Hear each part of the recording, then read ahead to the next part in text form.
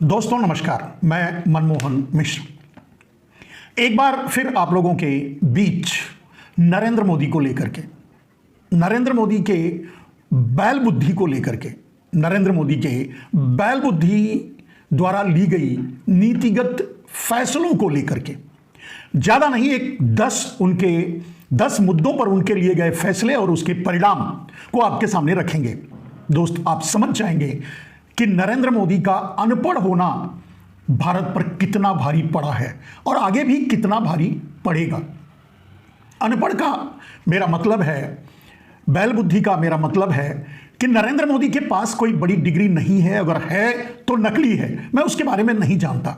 अनपढ़ होने का मतलब यह भी नहीं होता कि कोई किसी के पास बहुत बड़ी बड़ी डिग्रियां हैं फिर भी वो अनपढ़ होता है, फिर भी वो गंवार होता है, फिर भी वो मूर्ख होता है।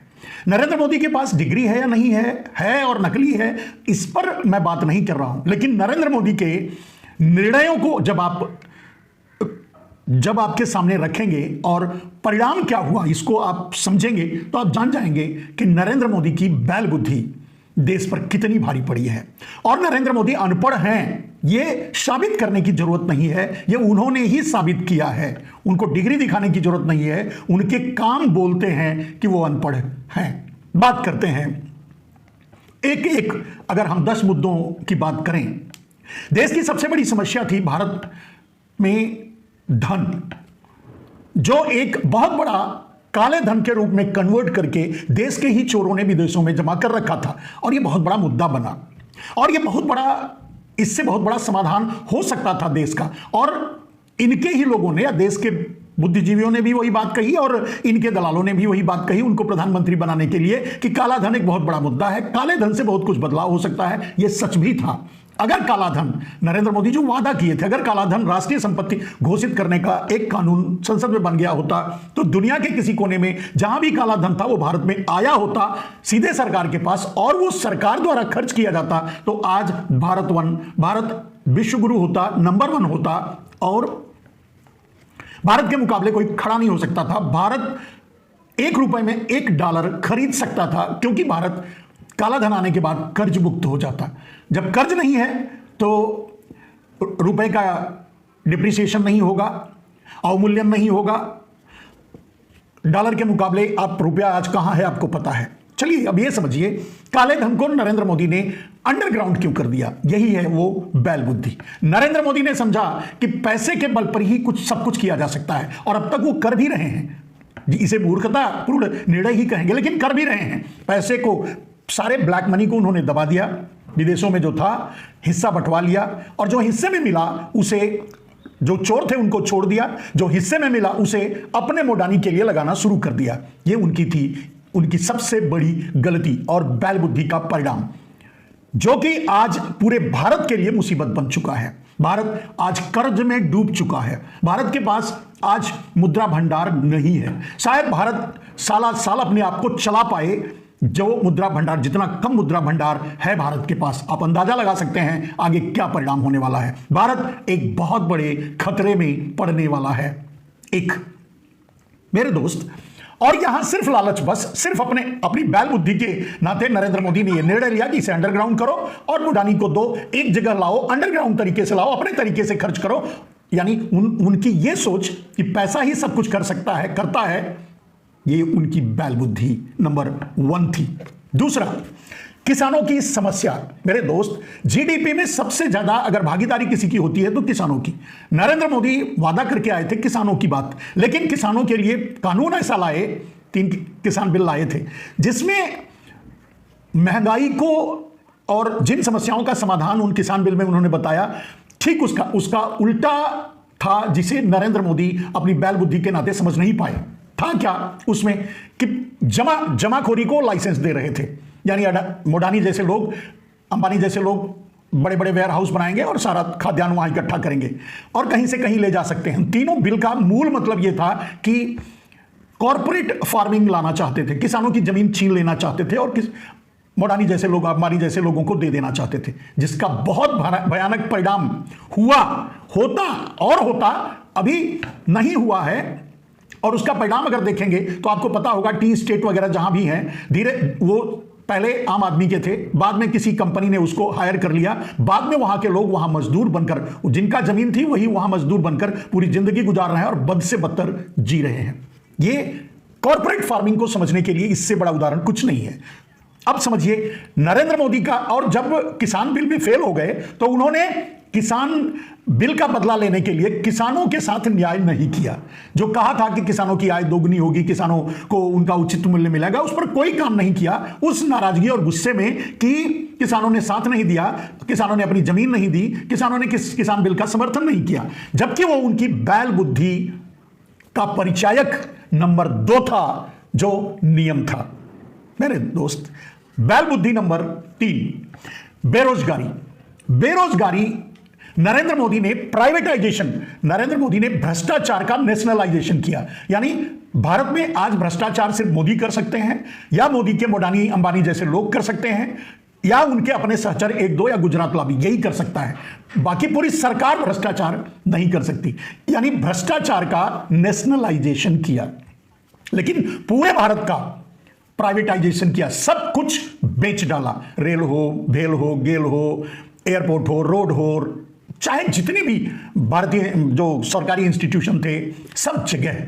और आप अंदाजा लगाइए, प्राइवेट कंपनियां किसी चीज को जब अपने हाथ में लेती हैं, सबसे पहला काम वो लोगों की छटनी कर देती हैं, लोगों को काम से निकाल देती हैं। अब जब प्राइवेटाइजेशन का सबसे पहला जो असर होता है वो होता है बेरोजगारी। यानी जिनके पास रोजगार होता है, जो कंपनियों में काम करते हैं, उनको निकाल दिया जाता है, उनकी जगह मशीनें ले लेती हैं, टेक्नोलॉजी ले लेती है, उनको कुछ नहीं मिलता। प्राइवेटाइजेशन का सबसे बड़ा जो दुष्प्रभाव पूरे देश पर पड़ता है वो ये होता है कि एक भयंकर बेरोजगारी आती है देश में, जो हुई। ये नरेंद्र मोदी की तीसरी बैल बुद्धि वाला निर्णय था। चौथा, महंगाई। नरेंद्र मोदी महंगाई का म भी नहीं बोल पाए अपनी खुद को सत्ता में लाने के बाद से लेकर के, और यह सिर्फ इसलिए था क्योंकि वो अपने चहेतों या जो उन्हें प्रधानमंत्री की कुर्सी तक पहुंचाए थे, पैसा लगा करके, हम जैसे वोट देने की बात छोड़ दीजिए, पैसा लगा करके उनके लिए काम करना शुरू कर दिया। यानी आम जनता के लिए को छोड़ करके वो धन्ना सेठों के लिए, मोडानी और अंबानी जैसे लोगों के लिए, चोरों के लिए काम करना शुरू कर दिया। परिणाम यह हुआ कि महंगाई कभी कम ही नहीं हुई, और हो कैसे सकती थी जब मोदी जी ये सोचते हैं कि सब कुछ एक आदमी के हाथ में चला जाए तो महंगाई कम कहां से होगी। जब भी महंगाई, किसी भी महंगाई पर कोई एक व्याख्यान, कोई भी एक विद्वान, कोई भी एक दुनिया का कोई भी आदमी अगर महंगाई पर बोलेगा तो सबसे पहले नरेंद्र मोदी से पूछो महंगाई क्यों है, तो वो भी यही बोलेंगे, है बैल बुद्धि, लेकिन बोलेंगे यही कि जमाखोरी हो रही है। महंगाई का एक ही कारण होता है, जमाखोरी, और नरेंद्र मोदी ने जमाखोरी को बढ़ावा दिया है। बड़े बड़े वेयर हाउस बनवा करके अपने चहेतों के जरिए लूटने की पूरी छूट देकर, किसान बिल भी इसी का परिणाम था। यह उनकी महंगाई पर यह उनकी बैल बुद्धि निर्णय थी, जिसका परिणाम है कि ना आज महंगाई कम हुई है, ना नरेंद्र मोदी के रहते कभी कम होगी। चलिए, बैल बुद्धि नंबर 5, पांचवी बैल बुद्धि उनकी क्या थी? स्वास्थ्य पर वो प्राइवेटाइजेशन, वही बोला, पहले भी बोल चुका हूं, प्राइवेटाइजेशन कभी भी देश हित में नहीं होता। हर चीज का प्राइवेटाइजेशन नहीं किया जा सकता। और भ्रष्टाचार, ये दोनों मिलाकर के स्वास्थ्य को तहस नहस कर डाला भारत के। आज आम आदमी मूलभूत सुविधाओं के लिए तड़प रहा है, तरस रहा है और मर रहा है। इनके इन प्रकार है, और बड़ी बड़ी कंपनियां दवाएं, नकली दवाएं बना करके देश में लोगों को मार रही हैं, उन पर कोई कार्रवाई नहीं हो रही है, क्योंकि वो इलेक्टोरल बॉन्ड नरेंद्र मोदी के पास पहुंचा रही हैं।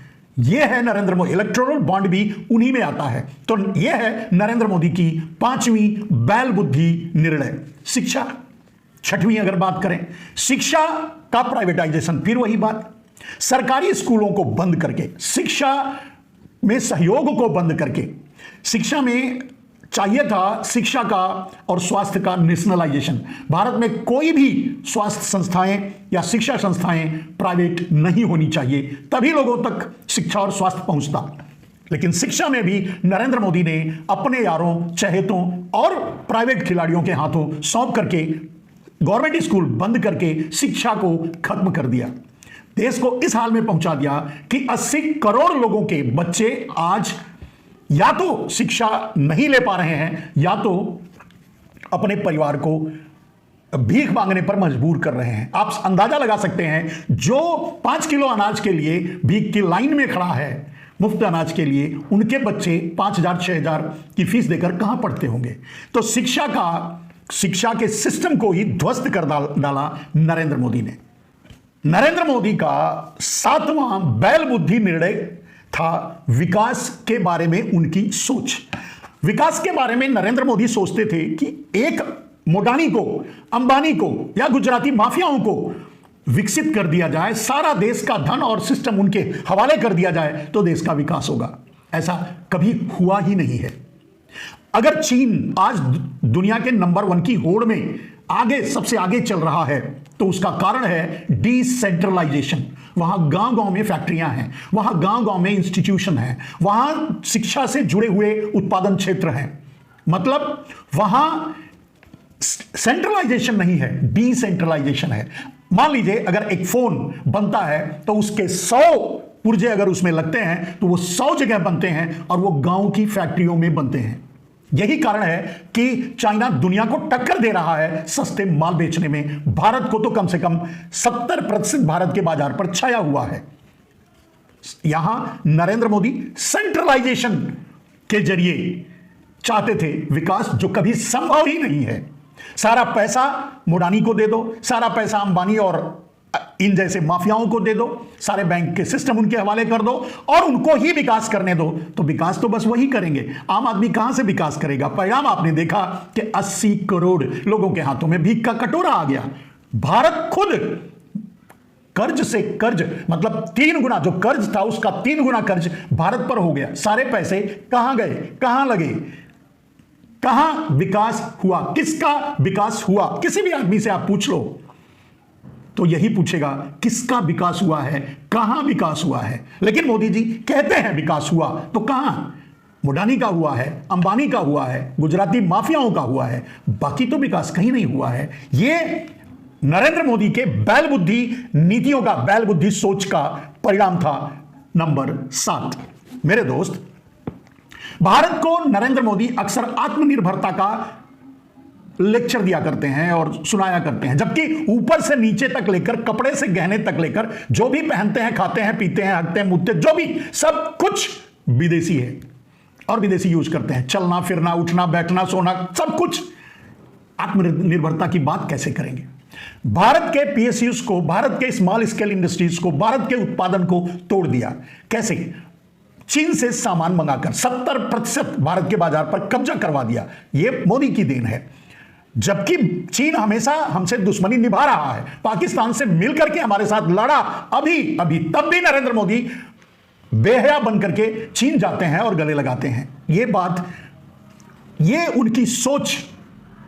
ये हो सकता है कि उन्हें चीन ने प्रधानमंत्री बनाने में मदद की, जिसकी कीमत देश को चुकानी पड़ी और देश पूरा आज संकट में आ गया है। आत्मनिर्भरता की बात सिर्फ जुमला छोड़ते हैं नरेंद्र मोदी। आत्मनिर्भर बनने के लिए भारत को, भारत के हर गांव में कोई ना कोई छोटी मोटी इंडस्ट्री होना जरूरी है। यही एक रास्ता है भारत के पूर्ण विकास का और स्वाधीनता का, या समझ लीजिए कि आत्मनिर्भरता का।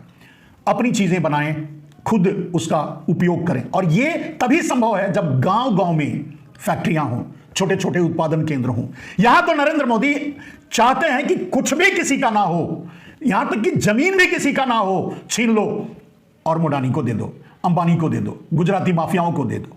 अब ऐसे हालात में आत्मनिर्भरता कहां से आएगी। यह था नरेंद्र मोदी का बैल बुद्धि वाला निर्णय, 8वां निर्णय।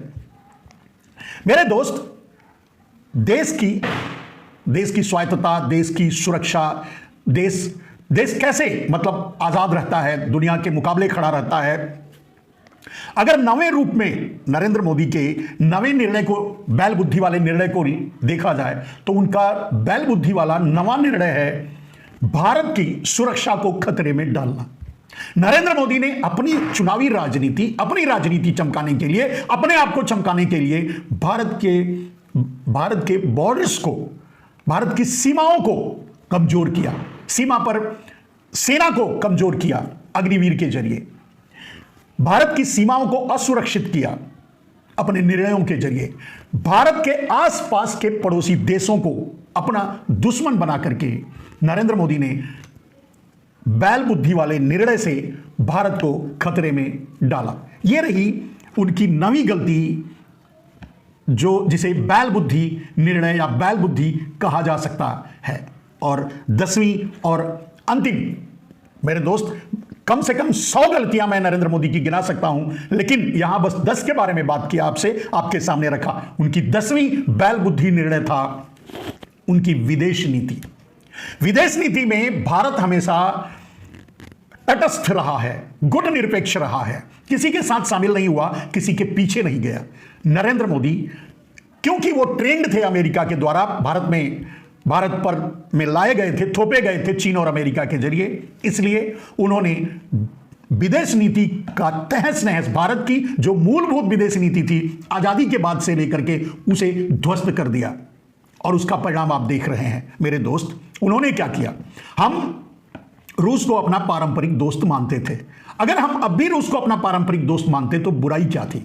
लेकिन नरेंद्र मोदी ने जबकि चीन को लाल आंखें दिखाने की बात किया करते थे मनमोहन सिंह के लिए, लेकिन खुद जाकर के साष्टांग दंडवत किए, ढोल बजाए, नगाड़े बजाए, रिश्ते जोड़े, मोडानी को बिजनेस दिलवाया, सब कुछ किया। चीन और अमेरिका के हवाले कर दिया भारत की नीतियों को। कैसे मेरे दोस्त? अमेरिका बहुत दिन से तड़प और छटपटा रहा था, इस पर कभी और वीडियो बनाएंगे, वो कैसे कैसे षड्यंत्र कर चुका है भारत पर।